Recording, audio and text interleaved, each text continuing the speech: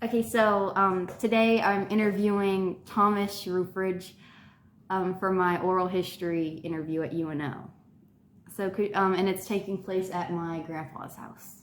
So today is November 25th, 2022. So would you please tell me your name and when you were born and where? Tom Rouprich, born August 30th, 1951. And where? Well, in New Orleans. Back then it was called Hotel Du Hospital. Now I think it's called University Hospital. And what are your parents' names? Mom was Cynthia Rouprich, but her legal name was Santa Rouprich. And my dad was Lynn Simon Rouprich Jr., both deceased now. Okay, and do you have any siblings? What are their names? Just have a brother, a year and a half older, and his name is Lynn Rouprich. Okay, now, could you tell me a little bit about your childhood, where you grew up, what it was like? Grew up about a block from here on Whitney Avenue. Grew up as a little kid in the 1950s, the quote, happy days, so forth. Had a wonderful childhood, a lot of friends in the neighborhood, big fields to play in.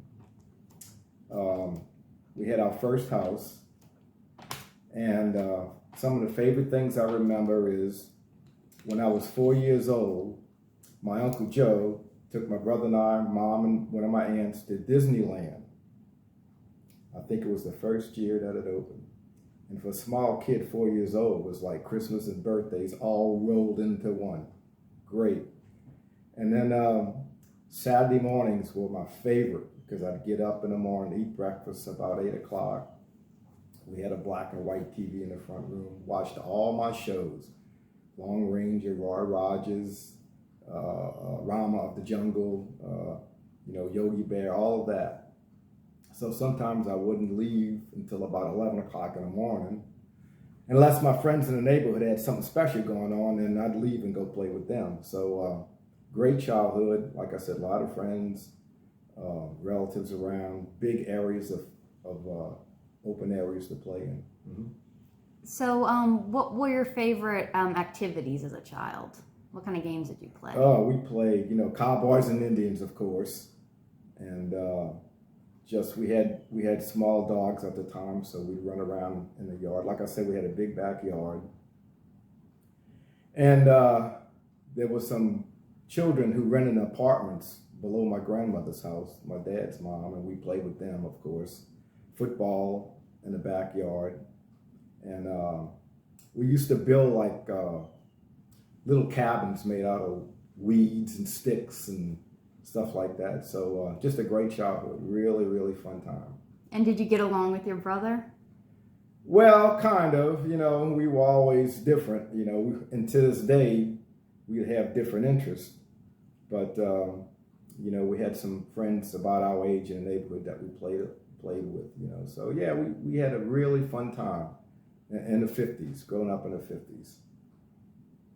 And would you say things have changed since then? What would you say has changed? Oh, well, the whole neighborhood, it's more established, it's built. A lot of commercial buildings are in the areas that we used to play in, of course. There's a big apartment complex next to my house that I'm living in now, and that used to be a big field that we used to play in. So a lot of industrial development in the neighborhood. And a lot of other things have changed. We all know things have changed internationally, nationally, and all of that, But I remember as a small kid, I guess I was about 5 or 6, Eisenhower was president then, Dwight Eisenhower. And he used to speak and speak and speak. And I remember my dad going, I can't quite understand or get the topic of what he's speaking about, but that's all I remember about that. So you were alive when President Kennedy and also Martin Luther King died. You were alive. Do you remember that? Could you tell me a little bit about that? Yeah. I was in 7th grade when President Kennedy was assassinated. And it was, if I recall, it was like the Thursday or Friday before the Thanksgiving holidays. And my teacher came in the room, and then she went out of the room, and we didn't know what was going on. And she came back in the room crying. And of course, the whole class was like, you could hear a pin drop, because you never saw a teacher cry, but she was crying. And then later we found out that President Kennedy was assassinated and later died. So as I recall, I think the next day was the Friday before the Thanksgiving holidays. I think we had that day off, maybe not, but we had all next week off because it was the Thanksgiving holidays. And we had a little black and white TV on a stand, and I remember watching the whole week, all the proceedings, the marches and all of that. I remember Martin Luther King assassinated, I remember that. And Robert Kennedy, I remember that. So it was a tense time, it really was a tense time. Mm-hmm. Mm-hmm. And you mentioned, your education also. So before we go into that, could you tell me a little bit about your personality as a child and what your interests were? Oh, gee. Personality, behavior patterns. I got along good with my friends. Of course, brothers, we always get into it every now and then. My dad had to break it up, but I think that's common with a lot of brothers and sisters. But I really enjoyed my friends. Back then, I had a bike. Christmas was always a fun time. So, but I had moods sometimes. I did have moods, and I'd get in my moods. I'd have an attitude sometimes, and I got a spanking every now and then. So I wasn't a perfect kid by no means. So, just like other kids, but I was moody sometimes. One time, I guess I was about 4 or 5, and it was around Christmas time. And my dad bought us these little plastic rifles, because back then on television, there was a show called The Rifleman and all of that. So, and I didn't get exactly the type of toy rifle that I wanted. So I had one of my moods, and there it was, so, but mostly I got along good with my friends and, my uncles and aunts and everything. So going to your education, can you tell me about from the time you were young, like starting with elementary school? Could you just name the schools you went to and what they were like? Start with elementary. William Hart School was my elementary school, right off of Franklin Avenue. Went there from 1st grade through 7th grade. They had a 7th grade. And like I said, the principal was strict. Also, she was my 3rd grade teacher and the principal. My mom was a substitute teacher. She was there almost every day. So I had to be careful of any of my behavior. And there was 1 or 2 times I kind of got into trouble, but that's not typical. But, you get with friends and you kind of go along with some of the dumb things they do. And I did. And so went from there, went to Gretna Junior High, the original school, which was on Huey Long Avenue, big brick building. So I was there from 8th and 9th grade. Then they had a 9th grade then. Then I went to West Jefferson High School and graduated from there. And what were your favorite subjects or subjects you were the best History, social study, history, geography. Okay, math, no. But that was my favorite. Was that always? You always liked history, even when you were younger? Yeah, even in 7th grade, the teacher gave me a little medal for some kind of distinction. It was just an award for history. It was one for math, one for science, one for reading. So I got the one for history. So I really liked history. So did you have like a favorite era in history, or a favorite culture to learn about in history? Or American history, Andrew Jackson, American Indians, all of that really fascinated me. In fact, my college major at UNO, my BA degree was in history. So could you go into a little bit about when you were going to college? What made you choose history? Well, like I said, history was my favorite subject in elementary school, middle school, high school. So I guess it was just a natural progression for me to major in history. And I had some really wonderful history professors at UNO. So I really enjoyed it. And then, like I said, my BA degree, my undergraduate degree was in history. And so I had a friend that I was in high school with, and he goes, what are you going to do with a history degree? So I got to thinking. He was in history also, but he had education courses. He was studying to be certified. I had a couple courses in education as electives for my degree. So I got to thinking, I need to get, if I'm going to teach, then I need to get certified in, well, with social studies back then. Which means you can teach like, geography, history, psychology, other subjects pertaining to social studies. And do you remember what your favorite history classes were? Or your favorite classes in general in college? Well, I liked adolescent psychology. This is my undergraduate years. This is when we talk about graduate years later. All my history classes, Roman history. I loved Roman history. I mean, it was, and Greek history too, and American history. But because of Dr. Steving, and of all the histories, American history was my favorite, but his Greek and Roman history classes were amazing. I just loved them. So when did you start college? In the fall of 1969, and I graduated in August of 1974. The same night that President Nixon gave his resignation speech as president was the night I graduated, got my undergraduate degree. And what was your degree again? History. History. BA in history? BA in history. Mm-hmm. And this was just your first degree, right? That was my undergraduate degree, correct. And how old were you when you originally, when you were a freshman, when you started? 18 maybe, something like that, 18 I think. And you've mentioned before, but could you tell us, did you take classes, how many classes did you usually take a semester? 12 hours a semester, but I went every summer. That's how I graduated on time within 4 years. I would take 12 hours. One semester I took 9 hours, but I would take 6 hours every summer. So that kind of kept me on course to graduate when I was supposed to, But I never did take, some of my friends took 14 hours. I knew this girl that took 21 hours, and that was beyond me, So I kind of took it easy. But like I said, I went every summer and took 6 hours of classes that I needed so I can graduate on time. You still put in the work. You just knew what you could handle. That's right. You got to know what you can handle. So, so when you graduated, what was your first career? Okay. I went into teaching.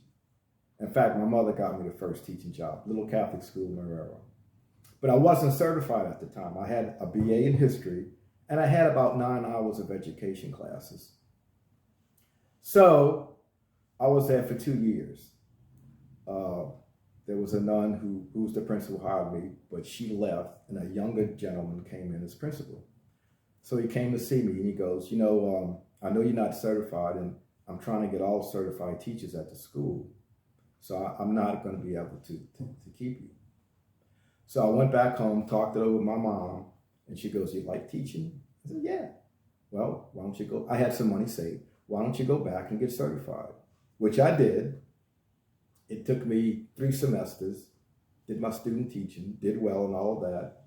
And so I was certified to teach social studies. So at the little school, do you remember the name? St. Joseph the Worker. It's on Pine Street, my first teaching job. And I was there for 2 years. Good memories, some not so good, but, and like I said, I wasn't certified then. I just had my BA in history. And I had a lady who was like a curriculum coordinator. And she would come in and observe me. Very nice, not overly critical. She'd say, I like what you did here, but you need to improve this. So she was like a curriculum coordinator. She would help me out. Because like I said, at the time, I wasn't certified, but I knew my history pretty good. I mean, was just out of college. So my first experience, the first week where the teachers have workshops before the students come in. So we had a mass, our final mass. It was like a week of workshops. So we all on by the altar, all the teachers. And I'm thinking, I'm a 23-year-old kid. Do I really want to do this? I had doubts in my mind whether I really wanted to teach. But then, it hit me like, yeah, this is what I want to do. And after the first year that I knew that's what I wanted to do. Yeah. Was the first school you taught at, was that an all-boys school or an all-girls school? No, it was elementary, went up to 8th grade. It was co-ed, yeah. Co-ed? Catholic school, yeah.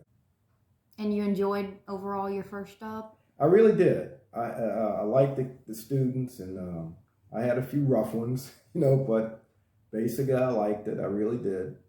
And that's what kind of reassured me that that's what I wanted to do the rest of my career is teach, Yeah. And what grade did you teach? What grades? I had 5th, 6th, 7th, and 8th. I had 4 preparations. Preparations where you prepare for your class. So I taught geography, history, Louisiana history to 8th grade. And it was good. I enjoyed it. I really did. So could you also tell me what other kind of histories you taught? You taught geography and Louisiana history? At that school, yeah. I taught Louisiana history. It was like a Western civilization for like 6th graders and geography, yeah. So could you tell me about your career after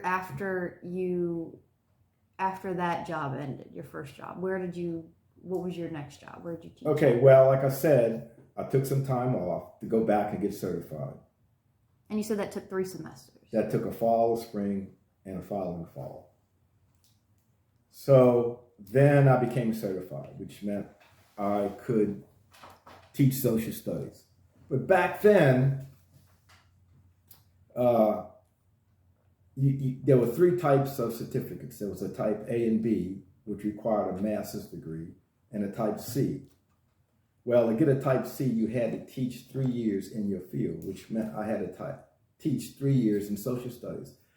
But it was hard. After I got certified, it was hard finding a job. I called a lot of schools. I did a lot of things. And so finally, there was a school in Belchase, Catholic school, Perpetual Help. So, but I was teaching science there. I taught there for 1 year, 1977 to 78.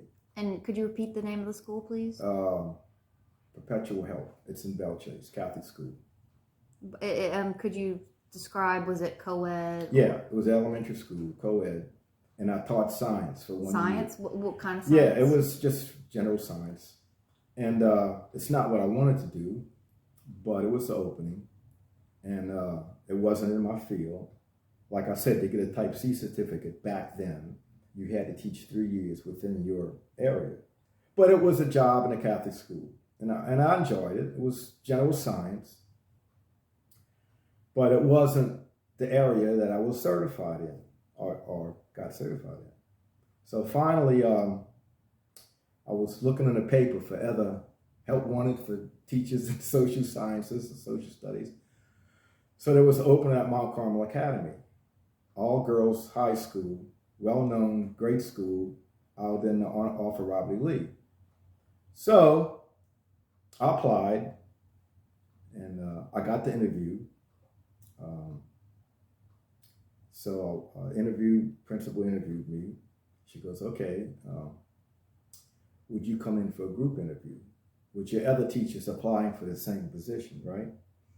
So we're sitting in this big room with about 4 other teachers, some male, some female, before the principal came in.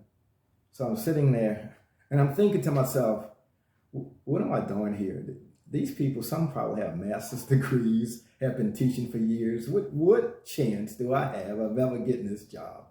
So I was about ready to just walk out and leave because I thought to myself, there's no way. And like I said before, these people, some of them probably have master's degree, which I didn't have at the time. have maybe 10 years of teaching, which I didn't have. And they're in this field, which I didn't have. So I said, well, I'll just sit here and see what happens. So the principal comes in, and she interviews us. I think I held my own. I didn't make any big goofs. I think I did okay. So about a week later, she calls me back. She goes, "I'd like to interview. Would you sign a contract?" And I was like shocked. You know what? She goes, "I saw something in you that I like, and blah blah blah." And I was still in shock. To this day, I still can't realize, because it was one of the premier Catholic high schools in the city of New Orleans back then. This was like 1970. Mount Carmel? Mount Carmel Academy. Isn't that a girls' school? It's an all-girls Catholic school. So what grades did you teach at Mount Carmel? Okay, I was there from 79 to 83. So I taught American history, Western civilization, psychology, civics, all the social studies that they offered at the school. One of those years that I was there, I taught that. But the subject I enjoyed most was, of course, psychology and Western civilization. And could you tell me why you enjoyed psychology the most? I just like theories of personality and all the different theories and this and that and the other, and the students liked it. And different behaviors that we studied, different types of what is behavior, and all the students were really into the course. Not so much me, but because they like psychology. They took it as elective. So you take something as elective because obviously you like the topic. And so I guess I kind of made it interesting because hardly anybody transferred to another elective. And I kind of made it interesting and fun, and I enjoyed it tremendously. So it was really, I enjoyed it a lot. And most of the students, you said, were overall very nice? Oh, yeah. We got along really, really good. And like I say, it was heartwarming when some of the students came up to me, like I said previously. I was thinking about transfer because I didn't get the teacher I thought I was going to get. He had gone, he left. And so, but you making the class really interesting, so I'm not going to transfer. So you can imagine a young teacher hearing that, made me feel really good. Do you remember the name of the teacher who you replaced? I do not. I never met him. I guess he left that spring before the fall when I was hired, and never met him, didn't know his name. So after you left, why did you decide to leave Mount Carmel? Well, like I said, a lot of teachers there, I assume, I didn't go ask teachers what kind of degree you had, but I knew a lot of them had master's degree or were working. So at some point, I realized that even with just the BA and to teach, I got to progress. So I had a nice amount saved. So I said, well, if I'm going to ever start graduate school, now's the time to do it. So I like psychology, so I didn't want to become a principal of a school. So then I enrolled in graduate school at in a counseling program. And I loved it. A lot of work, but I enjoyed all the courses. I had great professors again. And like I said, it was a lot of work. I had to, somebody asked me one time, is counseling a conversation? It is and it isn't. It's a conversation, but there's certain techniques that you have to learn how to use. Is it what? Certain techniques that you have to learn how to use. No, I mean, you said counseling is a what? Somebody asked me one time, is counseling just a conversation? It is and it isn't. Because it's a conversation, but you have to know how to use certain listening techniques, all kind of things you have to learn how to do. It's not just a conversation. So do you remember what years you went to get your master's degree? Oh, I started in 1983, and the graduation was a fall. It was in December. I remember that. I think it was 1987.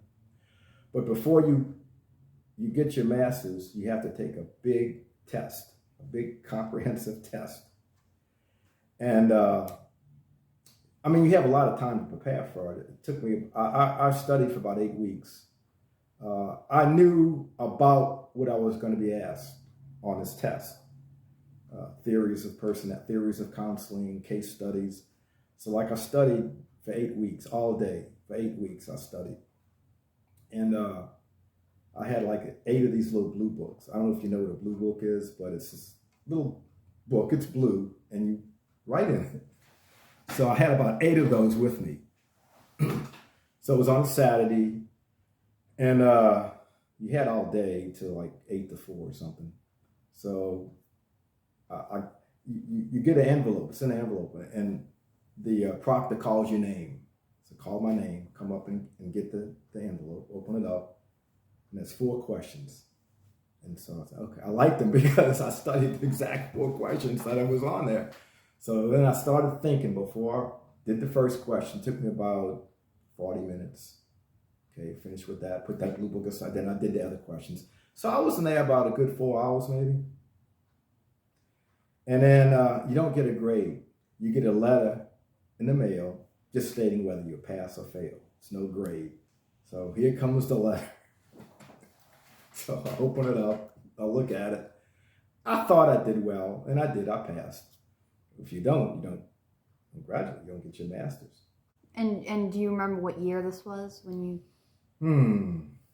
It had to be 78, 77, something like that. So you were very young. Yeah, 26, 27, something like that. Okay, so let's go back to how many, you said how many semesters you were, your master's took you to get? Okay, when you go for a master's, it depends how much time you can take. You can take a year. Of course, you'd have to take more courses each semester. But I was also teaching at the time, so it took me 3 years. I would take a couple courses, fall, spring, and in the summer, if a course that I needed was offered. But I was also teaching at the time. At Mount Carmel? No, this time it was at Archbishop Blank, which is now Thomas Jefferson High School. But back in 85, 86, 87, it was a girls' Catholic school, Archbishop Blank High School. Like I said, now it's Thomas Jefferson, which I think you attended for a while. And so I would take night classes at UNO, working on my master's, but I had to get up. I'd get home like at 10:30 at night, have to wake up at 5.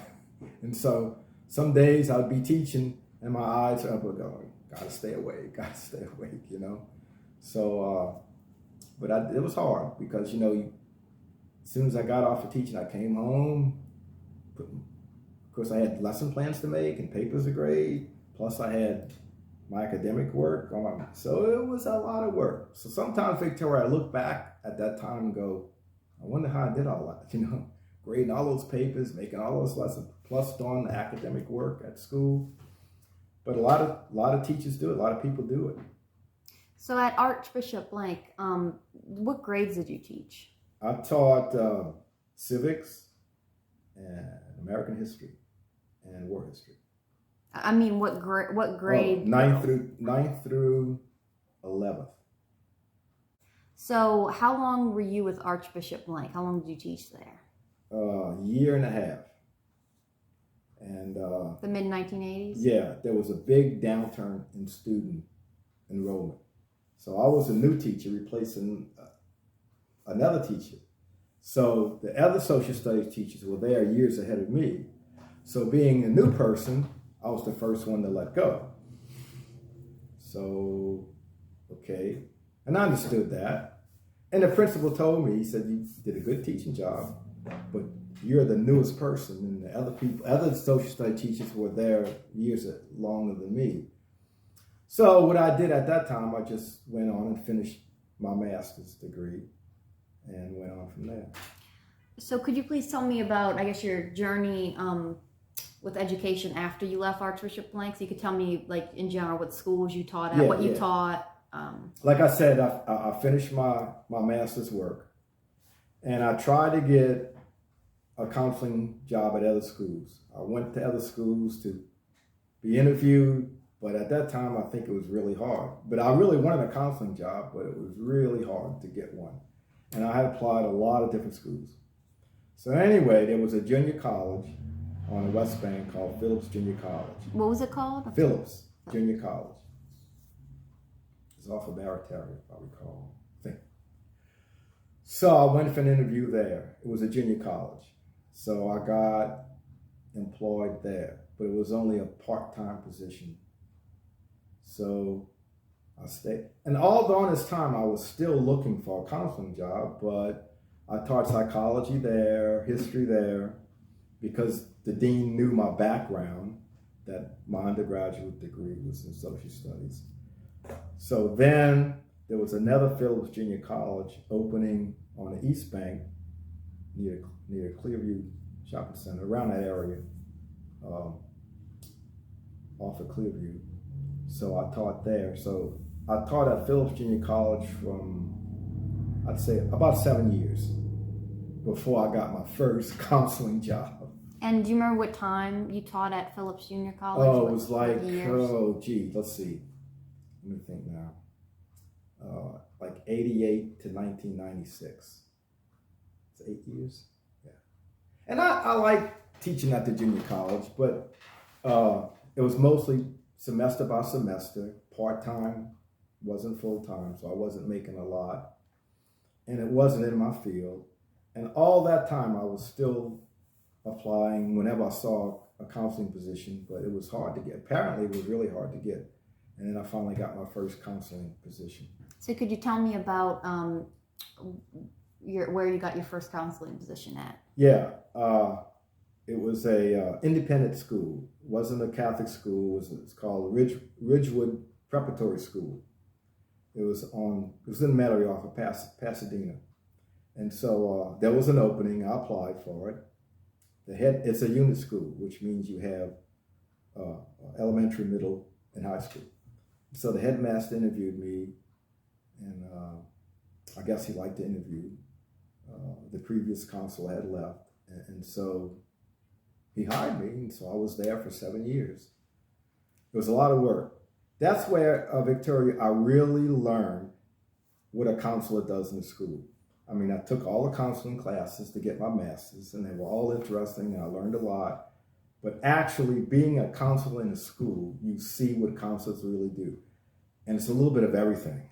It's not just calling in students to interview them. It's done all kinds of college prep classes and learning how to give AP classes to students. We didn't have an AP program, but students, if they wanted to, could take AP tests. So again, that's where I really learned how to be a school counselor, actually in a school, doing all the things that the headmaster wants you to do. And what years were you at the Ridgewood Preparatory Prep School? This was from 1996 to 2003. So you had it seems like you had a wide range of duties. Oh yeah, a lot of different duties. What was your relationship like with the students in general? We were good. We basically good. There was one or two students who I saw with terrible attitudes, but human beings are human beings. Every student is not going to be all smiles and this, but most of them they liked it. They would come in my office. I would have a bowl of candy on my office. It was either like Hershey's Kisses or other M&Ms. And so during their off periods, they tell the secretary, I need to see Mr. Rouprich about my grades or something, about applying for a college or a scholarship. And they would come, and it was true, they would, but after every 2 or 3 days, my bowl of Hershey's Kisses would be depleted, or whatever else I had in there. They secretly came for the candy. Yeah, well, but, we'd sit and talk, Sometimes, as a counselor, you're a counselor, which is professional, but sometimes you are kind of friendly with students. You relate to them, other than just, counseling. But there were a couple of students that, now I wasn't the disciplinarian, so that's good. Some schools, the counselor is a disciplinarian, but that's a mistake. Counselor should never be a disciplinarian. We had a separate disciplinarian. That doesn't mean I couldn't do discipline. If I saw something real bad happening, I would go consult a disciplinarian, So, but counselors really, or I should say rarely should ever be a disciplinarian. It's not their role, because it detracts from the duties of being a counselor, And what are the duties of a counselor in your eyes? Well, it depends on the type of school. If it's a high school, of course, some high schools have what they call academic counseling, college counseling. Well, I did all of that. On the lower grades, it's mostly kids who are upset because parents are divorced, so you want them to express their feelings and help them. Or maybe they lost a pet. I had a student who lost his dog, and boy, he couldn't do any academic work, or so this was at a different school where I was a counselor. So his teacher, in fact, this St. Louis King of France. After I left Ridgewood, I became the counselor at St. Louis King of France Catholic School in Metairie. Was this an all-boys school? No, it was co-ed. Co-ed? So his first grade teacher came to me and said, Tom, I forget the student's name, little boy.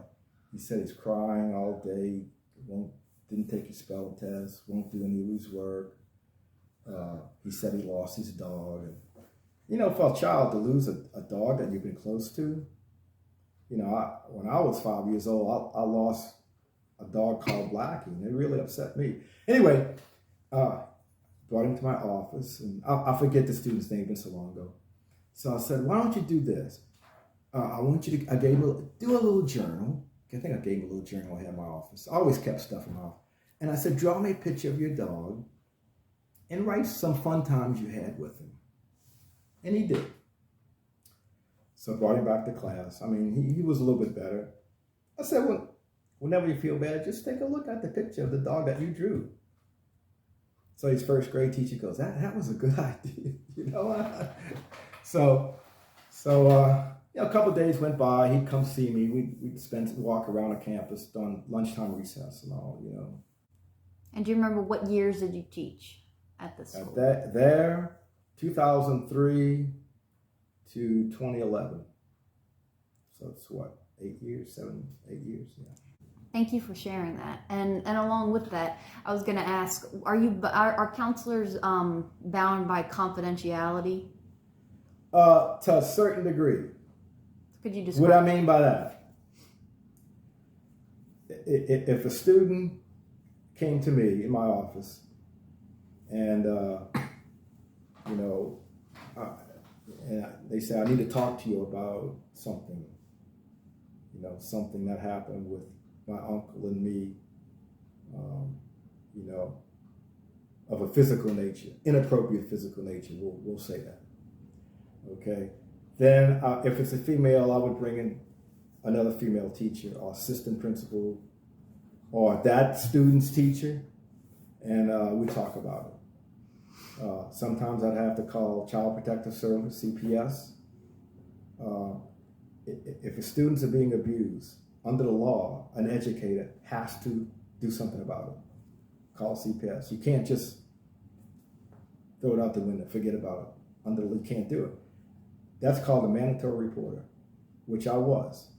Anybody who's an educator, a substitute teacher, a regular teacher, cafeteria worker, any adult who works in the school in any capacity, who hears a student tells them something inappropriate that's going on with an adult, that's called a mandatory reporter. You have to report to CPS. Now, and this happened to me quite a few times in all my 22 years of being a counselor and 39 years of being a teacher. So that happened too many times, and that was one of the most unpleasant duties that I have to do. So being a counselor can be very difficult and challenging at times. Sometimes, Victoria, I go home and I feel like crying because there's certain things I could not do. I'm not a miracle worker. Parents get divorced. I can't do anything about that after the divorce or even during a divorce. I'm not a lawyer, but it affects the kids. And so sometimes I go home and I'm going, I just go sit in my room and I'm not a miracle worker. I can't do everything, At that school, you talked about like a hard situation you had to deal with. Did you have to inform parents about if a child was cutting or suicidal, or did you choose to because you thought it was right? No, I always did. I thought it was the right thing to do. But by law, did you have to? I can't say if it was definitely by law, Like I said, I'm not a lawyer, but I always did it. And there was this one student who was, I won't mention her name, who was cutting herself. And actually, her best friend told me about it. And so we called the dad in, and we had a discussion. He took her to get help, and I think she was out like, I don't know how long it was, but she came back and she was fine. But I told her friend, I said, you did the best thing for her that you could do. She thought maybe she was being disloyal. I said, no, you're not being disloyal. Suppose something serious would have happened. I told this to the friend. I said, suppose something serious and she wasn't around, and you'd have to live with that the rest of your life, knowing that you could have done something to prevent it. So you did the right thing. When you're in these kind of situations, what techniques do you employ? Or what words, what approach do you usually take to comfort a student that's in these difficult situations? Well, like the friend who thought maybe she was being disloyal. So you have to challenge the thinking, right?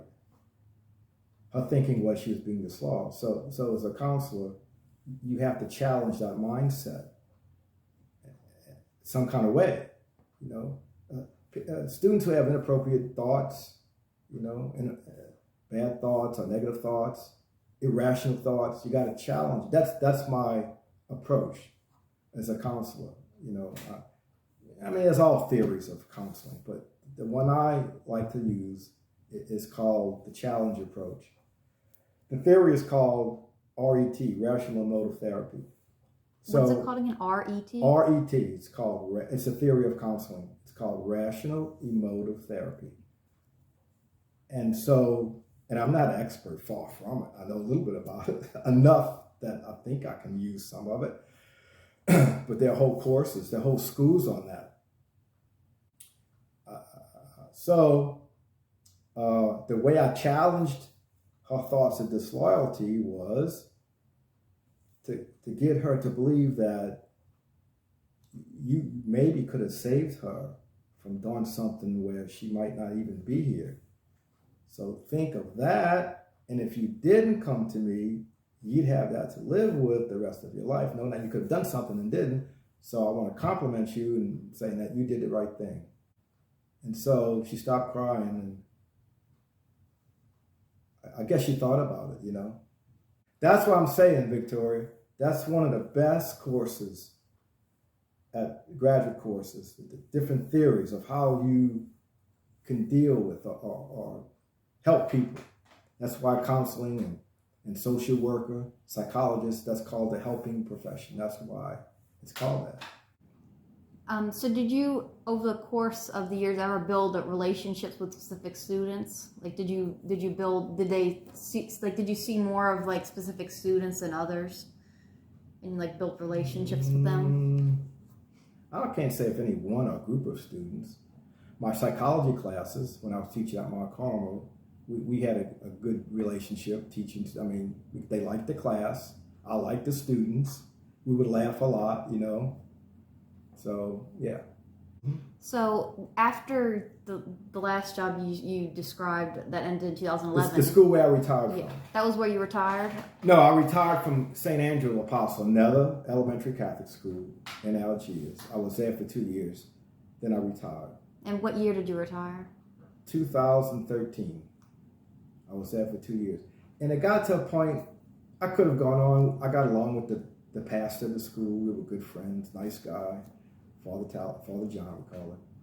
It got to a point where I've been doing this for so long, where I don't want to say it wasn't fun, but it wasn't interesting. It was, you get to a point, or I got to a point where there's not much more I could do. It got to a point where it was routine. I was doing the same things over and over, basically, and it got to a point where I just said, well, I've been doing this for so long, I think it's time. So I told the principal, I said, I'm retiring after this year, I told the pastor, what, you retiring? Why? The kids like you? I said, well, it's when it's time, and it was time for me. So just one last question, and we can close. My last question would be, what do you want people out there to know about counselors and being a counselor? that they don't understand? What would you want them to know? It's more than just what you learn in graduate school. What you learn in graduate school are the basic skills. It's actually the experience you get from being a counselor. That's what's most important. You take all the courses, you do your internship and all of that, which is great. You need all of that, obviously. But it's learning how to relate to parents and students. That's really important. Okay, thank you. And is there anything else you want to add before? Well, thank you, Victoria, for the interviewing, for me going through a lot of things that I would always think about, and I still do, So again, thanks, Victoria. I'm very grateful for allowing me to interview you. Thank you very much. Thank you.